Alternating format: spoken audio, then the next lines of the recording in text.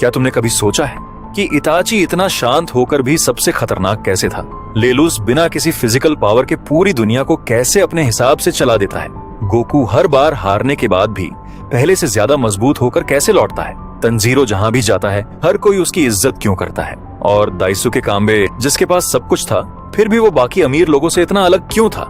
इन सब की कहानी अलग थी, लेकिन इन सब में एक चीज कॉमन थी। इन्होंने अपनी जिंदगी के 5 सबसे जरूरी हिस्सों पर कंट्रोल करना सीख लिया था, और आज मैं तुम्हें उन्हीं 5 एम के बारे में बताने वाला हूँ। तो शुरुआत करते हैं पहले एम से। M1 माउथ, जुबान। एक पुरानी कहावत है, तलवार का घाव समय के साथ भर जाता है, लेकिन जुबान का दिया हुआ घाव अक्सर पूरी जिंदगी याद रहता है। और शायद तुम भी इस बात से अग्री करोगे, क्योंकि लाइफ में कोई ना कोई ऐसा इंसान जरूर मिला होगा जिसकी सिर्फ एक बात आज भी तुम्हें याद होगी। बस यही होती है वर्ड्स की पावर। एक सेंटेंस किसी का कॉन्फिडेंस बना सकता है, और वही सेंटेंस किसी का कॉन्फिडेंस हमेशा के लिए तोड़ भी सकता है। अब एनिमे की दुनिया में चलते हैं। अगर मैं तुमसे पूछूं नारुतो का सबसे इंटेलिजेंट कैरेक्टर कौन है, शायद तुम शिकामारू का नाम लोगे। अगर पूछूं सबसे पावरफुल कौन है, तो शायद मादारा या नारुतो नाम लोगे। लेकिन अगर पूछूं सबसे कम बोलकर सबसे ज्यादा इम्पैक्ट किसने छोड़ा, तो जवाब होगा इताची।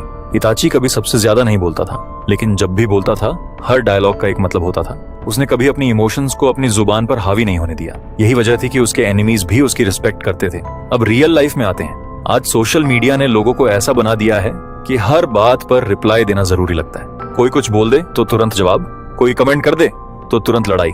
लेकिन स्मार्ट इंसान वो नहीं होता जो हर जगह बोलता है। स्मार्ट इंसान वो होता है जिसे पता होता है कहाँ बोलना है, कितना बोलना है, और कब बिल्कुल चुप रहना है। इताची की सबसे बड़ी पावर उसका शेयरिंग नहीं था, उसका सेल्फ कंट्रोल था। और सेल्फ कंट्रोल की शुरुआत होती है जुबान से। इसलिए आज से सिर्फ एक रूल याद रखना, रिएक्ट मत करो, रिस्पॉन्ड करो, क्योंकि गुस्से में निकले हुए वर्ड्स सिर्फ सामने वाले को हर्ट नहीं करते, वो तुम्हारी इमेज भी डैमेज कर देते हैं। और एक बात हमेशा याद रखना, लोग तुम्हारा चेहरा भूल सकते हैं, लेकिन तुमने उनसे किस तरह बात की थी ये कभी नहीं भूलते। इसीलिए अगर अपनी लाइफ का पहला एम मास्टर करना है तो सबसे पहले अपनी जुबान को मास्टर करो। लेकिन सिर्फ जुबान पर कंट्रोल कर लेना ही काफी नहीं है, क्योंकि तुम्हारे मुंह से निकला हर वर्ड पहले तुम्हारे माइंड में पैदा होता है। इसीलिए अब बात करेंगे दूसरे एम की, माइंड, दिमाग। अगर तुम्हारी पूरी बॉडी स्ट्रांग हो लेकिन माइंड वीक हो तो यकीन मानो तुम जिंदगी की बड़ी लड़ाइयां कभी नहीं जीत पाओगे, क्योंकि हर जीत पहले दिमाग में होती है, उसके बाद रियलिटी में। अब एनिमे की दुनिया में चलते हैं। अगर मैं तुमसे पूछूं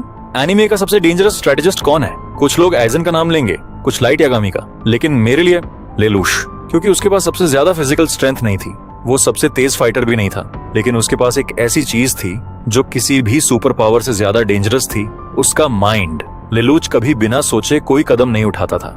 वो पहले पूरे गेम को अपने दिमाग में खेलता था, हर पॉसिबिलिटी को समझता था, और उसके बाद अपना मूव लेता था। इसीलिए उसके सामने उससे ज्यादा पावरफुल लोग भी बार बार हार जाते थे। अब जरा खुद की लाइफ देखो, कई बार प्रॉब्लम बाहर नहीं होती, प्रॉब्लम तुम्हारे दिमाग के अंदर चल रही होती है। एग्जाम शुरू होने से पहले, यार मुझसे नहीं होगा, इंटरव्यू से पहले, अगर रिजेक्ट हो गया तो, कोई नया काम शुरू करने से पहले लोग क्या सोचेंगे, नोटिस किया? अभी कुछ हुआ भी नहीं, लेकिन तुम्हारा माइंड पहले ही हार मान चुका है। और जब माइंड हार जाता है तो इंसान कोशिश करना भी छोड़ देता है। याद रखना, तुम्हारा माइंड एक टूल है, ऑनर नहीं। अगर तुम उसे कंट्रोल करोगे तो वही माइंड तुम्हें सक्सेस तक ले जाएगा, लेकिन अगर तुमने उसे कंट्रोल नहीं किया तो वही माइंड तुम्हें ओवरथिंकिंग, फियर और सेल्फ डाउट में फंसा देगा। इसीलिए अगली बार जब तुम्हारे दिमाग में कोई नेगेटिव थॉट आए तो उसे तुरंत सच मत मान लेना। अपने आप से बस एक सवाल पूछना, क्या ये रियलिटी है या सिर्फ मेरा फियर बोल रहा है? यकीन मानो ज्यादातर बार आंसर मिलेगा, ये सिर्फ फियर था। लेलुस ने पूरी दुनिया बदलने से पहले अपने माइंड को ट्रेन किया था, और यही वजह है कि लोग आज भी उसे सिर्फ एक कैरेक्टर नहीं बल्कि एक मास्टर स्ट्रैटेजिस्ट के रूप में याद करते हैं। तो अगर सच में अपनी लाइफ बदलनी है तो सबसे पहले अपने माइंड को अपना सबसे बड़ा फ्रेंड बनाओ, एनिमी नहीं। क्योंकि जिस दिन तुमने अपने माइंड को जीत लिया उस दिन दुनिया की आधी लड़ाइयां अपने आप आसान लगने लगेंगी। लेकिन सिर्फ माइंड स्ट्रांग होना ही काफी नहीं है, क्योंकि कई बार दिमाग सही डिसीजन लेता है लेकिन इमोशन बीच में आ जाता है। M3 mood. एक बात बताओ, क्या तुम्हारे साथ भी कभी ऐसा हुआ है? सुबह उठे तो पूरा मूड खराब था और बिना किसी बड़ी वजह के पूरा दिन ही खराब चला गया। एक छोटी सी बात पूरे दिन की एनर्जी खा जाती है। यही वजह है कि बहुत से लोग अपनी प्रॉब्लम से नहीं, अपने मूड से हार जाते हैं। अब एनीमे की दुनिया में चलते हैं। अगर किसी एक कैरेक्टर से पॉजिटिव एनर्जी सीखनी हो तो वो है गोकू।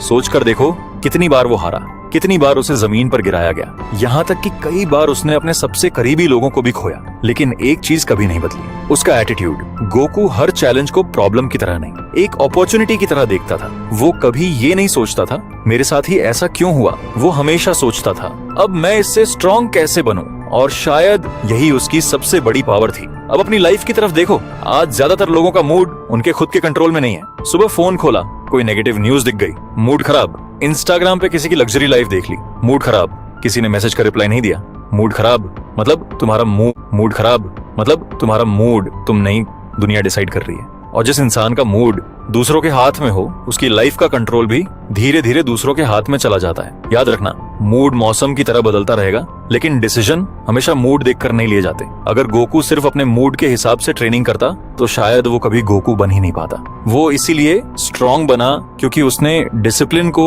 मूड से ऊपर रखा। इसीलिए अगली बार जब तुम्हारा मूड किसी काम का नहीं होगा तो अपने आप से सिर्फ एक बात कहना, मेरा मूड डिसाइड नहीं करेगा कि मैं क्या करूंगा, मेरा गोल करेगा। यकीन मानो, यही एक आदत तुम्हें उन लोगों से अलग बना देगी जो हर दूसरे दिन मोटिवेशन ढूंढते रहते हैं। क्योंकि आखिर में सक्सेसफुल लोग हमेशा मोटिवेटेड नहीं होते, लेकिन वो अपने मूड को अपने ड्रीम्स के बीच कभी नहीं आने देते। अब तक हमने सीखा क्या बोलना है, कैसे सोचना है और अपने इमोशंस को कैसे संभालना है, लेकिन अगर तुम्हारा बिहेवियर ही अच्छा नहीं है तो ये तीनों चीजें भी अधूरी रह जाएंगी। इसलिए अब बात करेंगे चौथे एम की, मैनर। कभी सोचा है, कुछ लोग रूम में एंटर करते ही बिना कुछ बोले सबका अटेंशन अपनी तरफ खींच लेते हैं, और कुछ लोग घंटों साथ रहने के बाद भी कोई उन्हें याद नहीं रखता। डिफरेंस लुक्स का नहीं होता, डिफरेंस होता है बिहेवियर का। अब एनिमे की दुनिया में चलते हैं। अगर रिस्पेक्ट कमाने की बात हो तो मेरे दिमाग में सबसे पहला नाम आता है तंजीरो। तंजीरो दुनिया का सबसे पावरफुल डीमन स्लेयर नहीं था, लेकिन फिर भी लगभग हर कैरेक्टर उसकी रिस्पेक्ट करता था। क्यों? क्योंकि उसकी सबसे बड़ी ताकत उसकी सोर्ड नहीं, उसका बिहेवियर था। वो अपने फ्रेंड्स के साथ भी रिस्पेक्ट से बात करता था, अपने सीनियर्स के साथ भी। हैरानी की बात तो ये है, कई बार अपने एनिमीज के लिए भी उसके दिल में कंपैशन होता था। यही वजह है कि लोग उसकी पावर से पहले उसके कैरेक्टर को याद रखते हैं। अब अपनी लाइफ की तरफ देखो, आज लोग पर्सनालिटी बनाने में लगे हैं लेकिन कैरेक्टर बनाना भूल गए हैं। Expensive clothes, good physique, stylish hair, ये सब पहली इंप्रेशन बना सकते हैं, लेकिन रिस्पेक्ट हमेशा बिहेवियर से मिलती है। तुम किसी से कैसे बात करते हो, कैसे लिसन करते हो, कैसे ट्रीट करते हो, यही डिसाइड करता है कि लोग तुम्हें याद रखेंगे या इग्नोर कर देंगे। एक बात हमेशा याद रखना, नॉलेज तुम्हें सक्सेस दिला सकती है, लेकिन बिहेवियर तय करता है कि वो सक्सेस कितने समय तक तुम्हारे पास रहेगी। क्योंकि स्किल्स की वजह से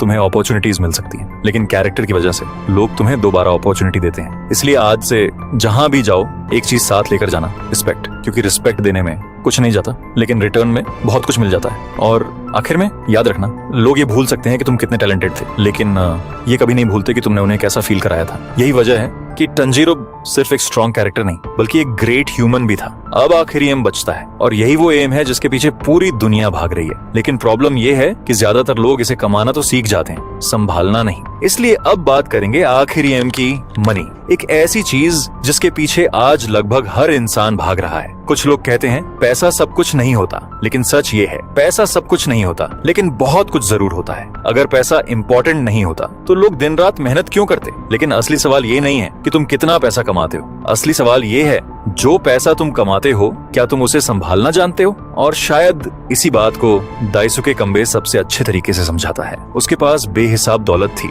लेकिन उसने कभी पैसे को अपनी पहचान नहीं बनाया। उसके लिए पैसा दिखावा करने की चीज नहीं था, बल्कि प्रॉब्लम सॉल्व करने का एक टूल था। वो जानता था कि पैसा तभी पावरफुल बनता है जब उसके पीछे सही सोच हो। लेकिन तुम क्या करते हो? आज सैलरी आते ही सबसे पहले ऑनलाइन शॉपिंग, फिर फूड डिलीवरी, फिर EMI, और महीने के आखिर में यार पैसे कहाँ चले गए? प्रॉब्लम इनकम की नहीं है, प्रॉब्लम हैबिट की है। याद रखना, अगर तुम 10,000 नहीं संभाल सकते तो 10 लाख भी नहीं संभाल पाओगे, क्योंकि मनी पहले हैबिट्स को फॉलो करता है, इनकम को नहीं। इसीलिए अगली बार जब भी तुम्हारे हाथ में पैसा आए, अपने आप से सिर्फ एक सवाल पूछना, ये चीज मेरी हैप्पीनेस बढ़ाएगी या सिर्फ कुछ मिनट की एक्साइटमेंट देगी? यकीन मानो, इस एक सवाल से तुम्हारे बहुत सारे बेकार एक्सपेंसेस अपने आप रुक जाएंगे। अब जरा पीछे मुड़कर देखो, हमने इस पूरी जर्नी में क्या सीखा? अगर तुम्हारी जुबान कंट्रोल में है तो तुम्हारे रिलेशनशिप्स स्ट्रांग होंगे। अगर तुम्हारा माइंड कंट्रोल में है तो फियर तुम्हें रोक नहीं पाएगा। अगर तुम्हारा मूड कंट्रोल में है तो सिचुएशन तुम्हें नहीं चलाएगी। अगर तुम्हारा बिहेवियर अच्छा है तो लोग तुम्हें रिस्पेक्ट देंगे, और अगर तुम मनी को हैंडल करना सीख गए तो फ्यूचर तुम्हारे हाथ में होगा। याद रखना, लाइफ एक दिन में नहीं बदलती, लेकिन एक सही डिसीजन हर दिन पूरी जिंदगी बदल सकता है। इसीलिए आज से दुनिया को बदलने की कोशिश मत करना, पहले खुद को बदलो। क्योंकि जिस दिन तुमने अपने माउथ, माइंड, मूड, मैनर और मनी पर कंट्रोल करना सीख लिया, उस दिन तुम्हें सक्सेसफुल बनने से कोई नहीं रोक पाएगा। अगर इस वीडियो से तुम्हें एक भी नई चीज सीखने को मिली हो तो इसे सिर्फ लाइक करके मत छोड़ देना। इसे उस इंसान के साथ भी शेयर करना जिसे इसकी सबसे ज्यादा जरूरत है, और कमेंट में मुझे सिर्फ एक चीज बताना, इनमें से कौन सा एम तुम्हारे लिए सबसे बड़ा चैलेंज है, माउथ, माइंड, मूड, मैनर या मनी। हम मिलेंगे अगली वीडियो में, तब तक याद रखना, दुनिया जीतने से पहले खुद पर जीत हासिल करना सीखो, क्योंकि सबसे बड़ी विक्ट्री हमेशा अपने आप पर होती है।